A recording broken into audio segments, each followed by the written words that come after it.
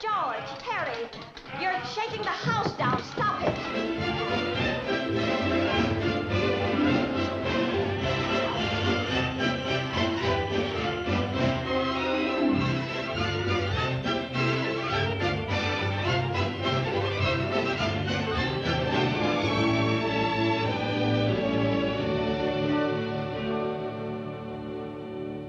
For Paramount Pictures Archive. It's a corporate archive. Our job is to make sure that everybody who needs access to our elements to distribute them can, first and foremost. But we do have another responsibility. We do have cinema legacy on our shoulders that absolutely does keep us up at night, and worried about the state of our films. And we wouldn't be doing that if we didn't take that seriously, because we do. It's a Wonderful Life. My God.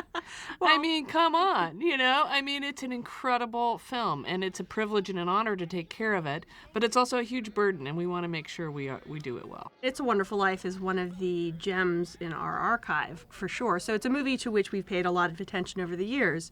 So we check the negative every few years, we make sure everything's okay, and when we found out that things were not okay with the negative, it really did seem, in combination with the technology being ready, the time was right for 4K restoration. He never grew up. How old are you anyway, Clarence? 293. Next May. That does it.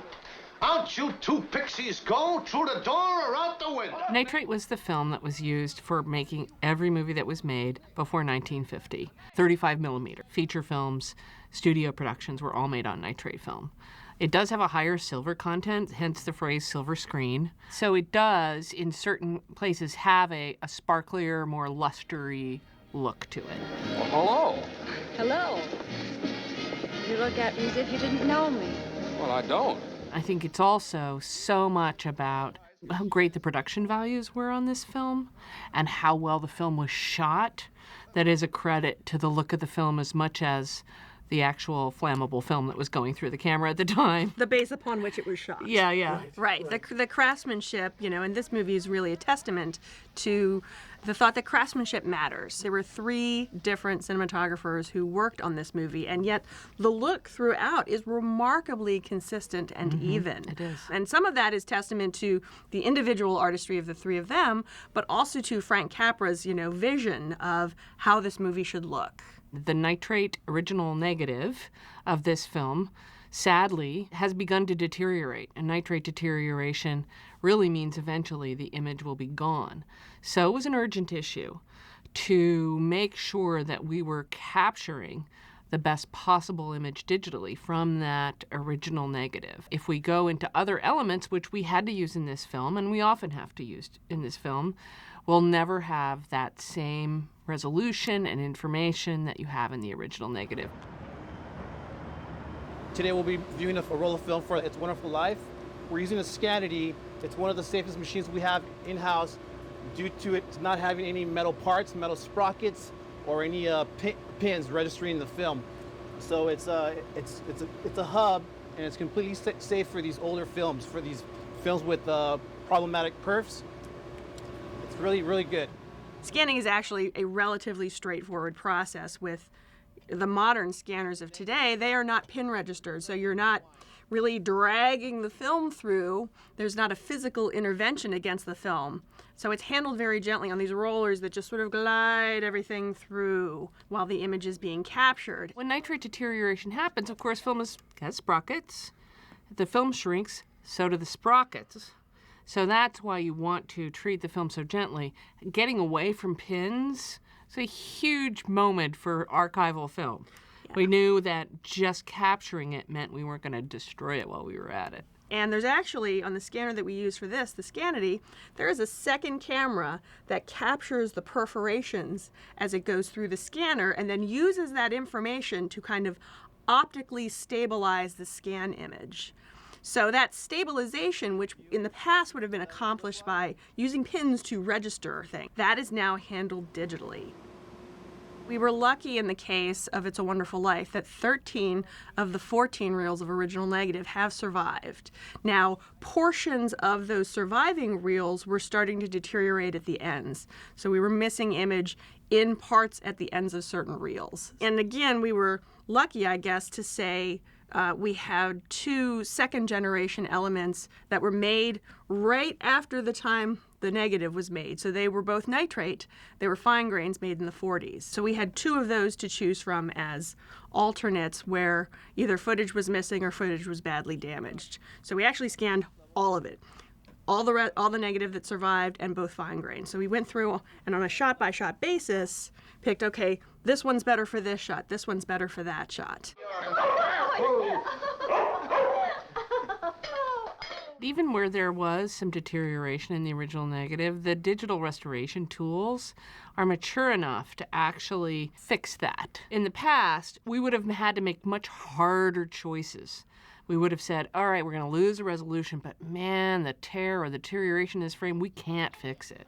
Now, that's the other advantage of being in this time and doing this work on this film is we can actually fix things we were never able to fix before and keep that resolution. That's why we really appreciate a negative like this, too, because we know all our negatives are this perfectly made, right?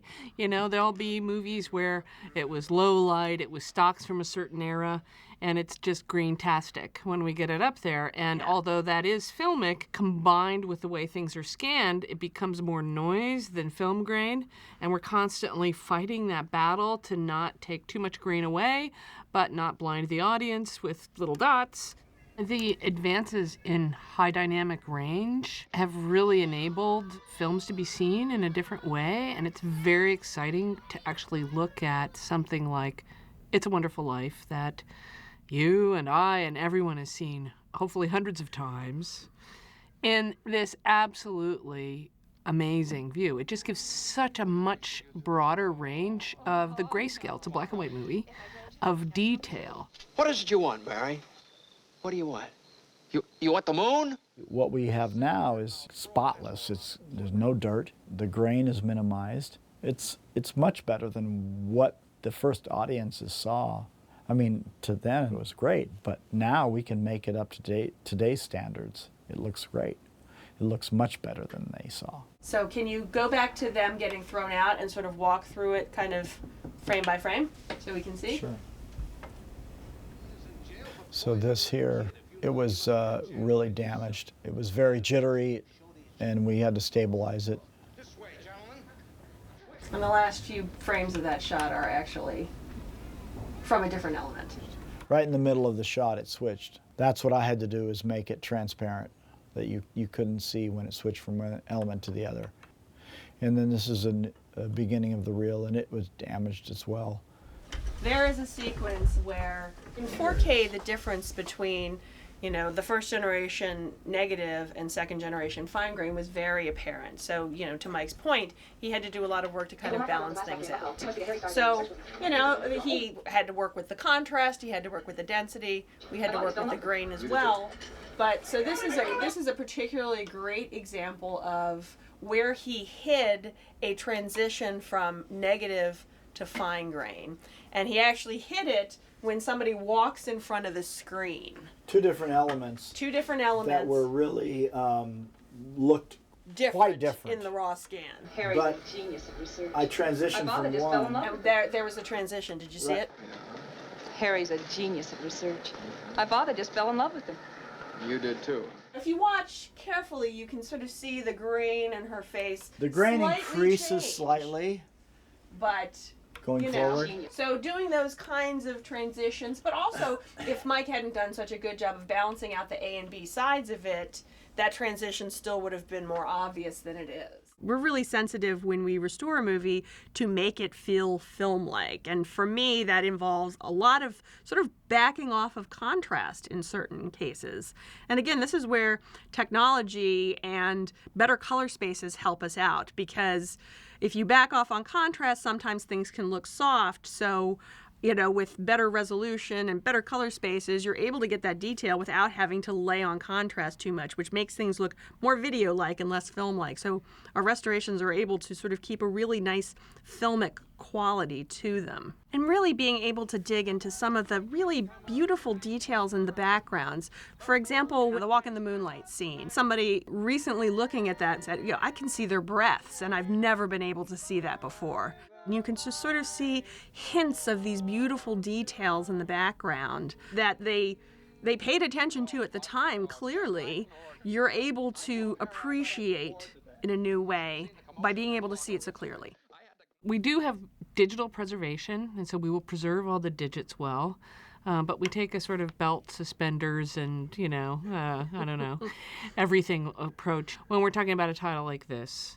And we do film out a picture negative, and we put it in our cold vault at the end. So we have a negative from the restored version as well. We love film. I call myself a film archivist. I think Laura would call herself a film archivist too. We restore film, we preserve film. We use a lot of digits to do it. So we take the archiving part of what we do very, very seriously and make sure that all the things that we've worked so hard on will be around for a while. I think watching something on film is an absolutely wonderful experience. We're working with our distribution group right now to make a few 35mm prints that people can actually watch, which is fantastic. So we try to keep that film experience alive, whether or not you're watching a piece of film. We really want to honor that as well. You remember George. This is Mary. Well, I'll be seeing you. Luckily, so many people love this movie, and they love it for very, very good reasons. It is an amazing film. And so I think that, it's worth it to watch it in its best possible condition, which is this high dynamic range 4K version. And it actually helps tell the story a little bit, too, because detail that you haven't seen before is actually there. It's almost like every scene is its own atmosphere in this film, and very, very literally, with lots of snow or moonlight. Each scene is well crafted, and that detail tells every moment of that film, scene by scene, that you really get it so much more when you see it in this way. I mean, they won an Academy Award for the effect of the blowing snow. So being able to see that, and it's not just sort of this blurry mess anymore, was really kind of a wonderful thing. Oh my God, I'm using the word wonderful. It's hard not right. to. No, but it is. But it's great to be able to see that, to really be able to appreciate anew the craftsmanship that went into making this movie. Hey, that's pretty good. What'd you wish, Mary? Buffalo gals, can't you come out tonight? Can't you come out tonight?